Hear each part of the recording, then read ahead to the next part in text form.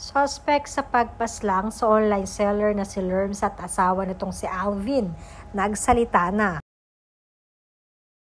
Napakabilis nga na naging pangyayari sa pagkakadakip sa mga suspect ng pagpaslang sa online seller na si Lerms at asawa nitong si Alvin. Sinasabing may utang palang 11 million itong taong ito kay Lerms.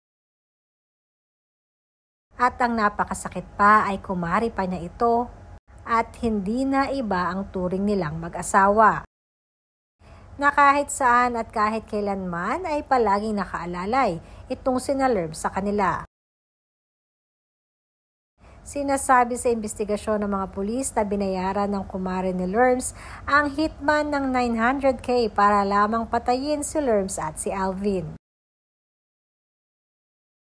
Hindi naman inaasahan na nakararami dahil mismong ang nagpapaslang ay nakadalaw pa sa burol at nakapaglibing pa nga sa mag-asawa.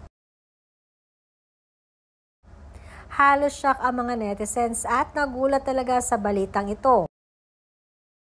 Reaksyon nga nila, dapat di umano ay mag-ingat dahil kahit pala sa mga close friends mo ay sobra kang tatraydorin lalo na pagdating sa pera. Matatanda ang isa sa naging post ni Lerms ilang araw bago ito mapaslang ay tungkol sa utang.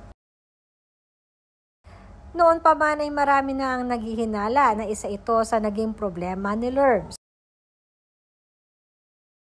Natama naman ang hinala ng nakararami na ito pala ang magiging bitsa ng kikitil sa buhay nilang mag-asawa.